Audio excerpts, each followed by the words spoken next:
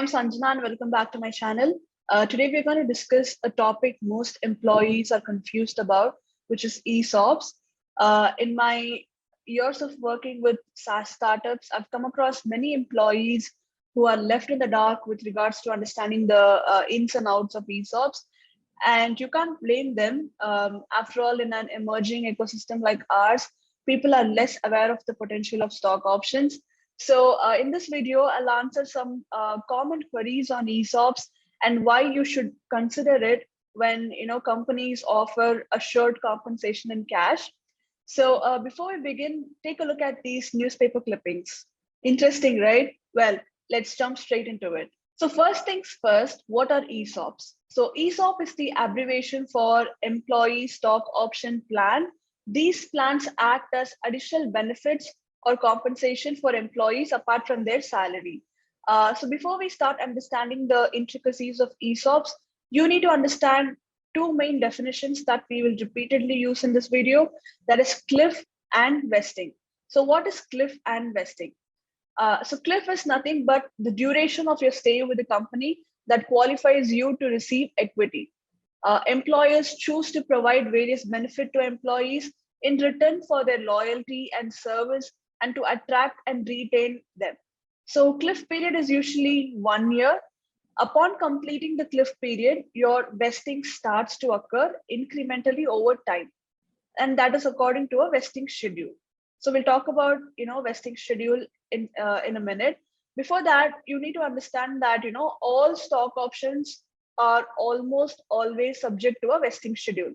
For example, if your equity had a 1-year cliff and you only work for the company for 11 months, you would not get anything since you haven't vested any part of your equity. Similarly, if the company is sold within a year of your arrival, depending on what your paperwork says, you may receive nothing on the sale of the company.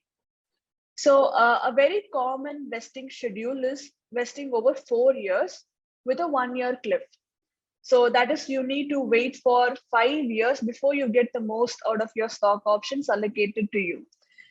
So the intention of a cliff is to make sure that new hires are committed to staying with the company for a significant period of time.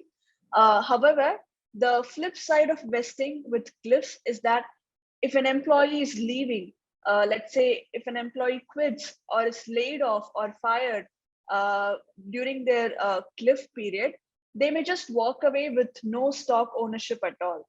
Sometimes it may not even be a fault of their own, as in the event of a family emergency or illness, right? So in situations where companies fire or lay off employees just before a cliff period ends, it can easily lead to hard feelings. So as an employee, if you're leaving or considering leaving a company before your cliff is met, consider waiting. Or if your value to the company is high enough, you might negotiate to get some of your stock vested up early.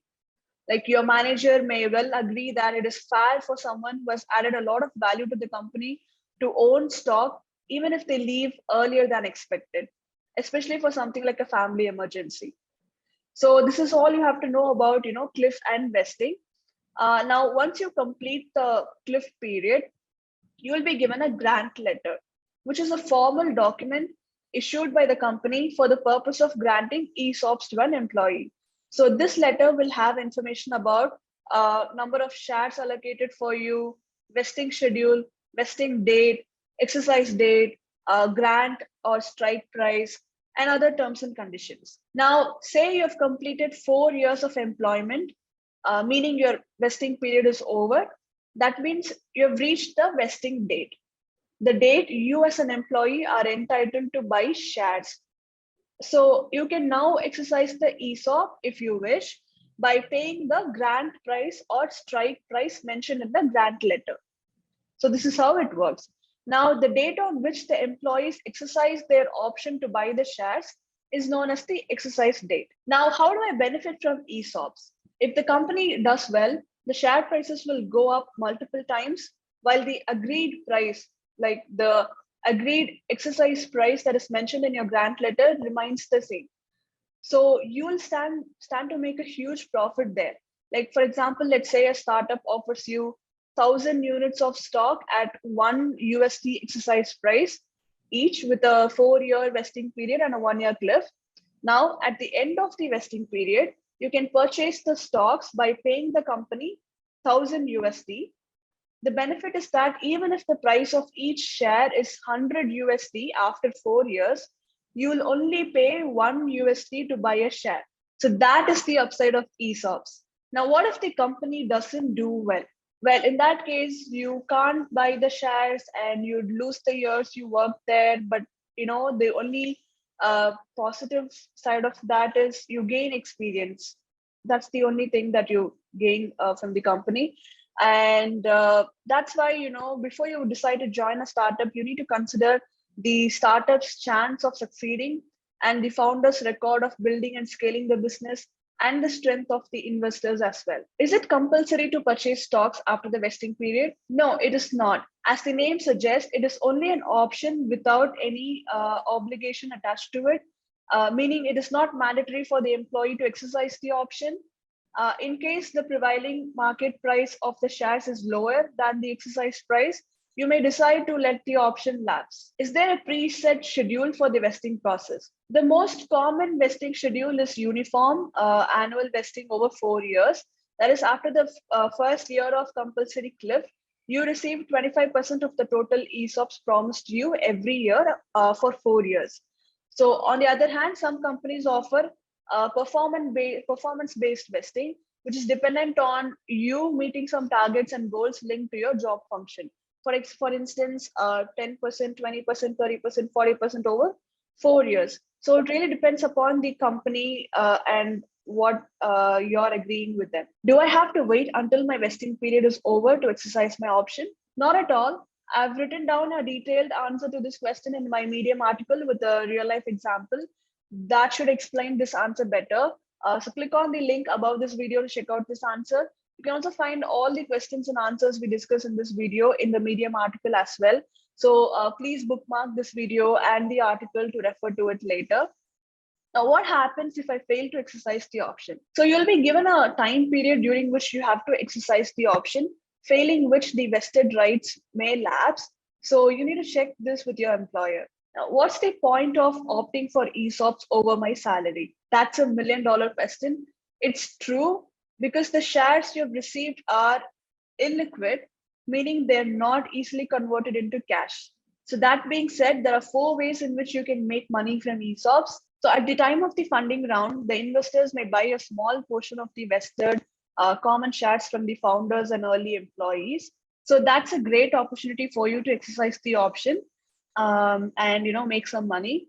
A recent success story is Paytm, Nykaa, and Freshworks, where early employees of those companies turned millionaires through ESOPs.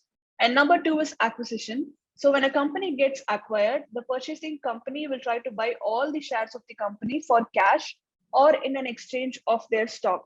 For example, when Walmart acquired Flipkart, it bought the shares of Flipkart's founders and shares worth, I think, $100 million from employees. So that's a great example. And number 3 is IPO. When the company lists itself on the stock exchange to sell its shares to the general public, you can sell your shares too. However, there will be a cooling down period for the employees and founders for 6 months. This means you need to wait for 6 months from the time the company goes public before you can start selling your shares. And number 4 is ESOP trust. So companies that are growing at scale set up ESOP trust. This enables them to delay going IPO as much as possible because they want to grow further before hitting the public markets. So if you want, you can sell a part of your stock units to them at the current stock price. However, the stock price is much less than the price at the time of the last round of funding. Hence, your profit margin will be relatively lower too. And what happens to my shares when I leave the company? So after you leave the company, you'll be given 90 days to buy the vested shares. At the same time, most well-respected companies can even allow you a few years to exercise this vested option. So once you buy them, your shares will remain with you until the company comes public or secures a round of funding or gets acquired. What if the company doesn't go public, gets funding or acquired? Will it affect my stock? Your stock units have a shelf life which is usually 10 years from the date of purchase. If you buy the shares, but the company doesn't go public, secures the next round of funding, or get acquired, your purchase options will expire. But most companies that are doing well get approval from the board to push the expiry by another year. What if I'm working or looking for a job remotely? So most of the companies have started hiring globally, and work is becoming distributed and global now. So speaking of which, if you want to learn more about landing a dream job in top companies abroad, then you should check out the video I made a few months back.